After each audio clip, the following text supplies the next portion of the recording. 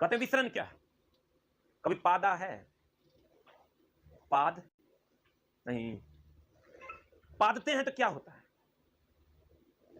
अगल बगल के लोग भाग जाते हैं, पगला गया है।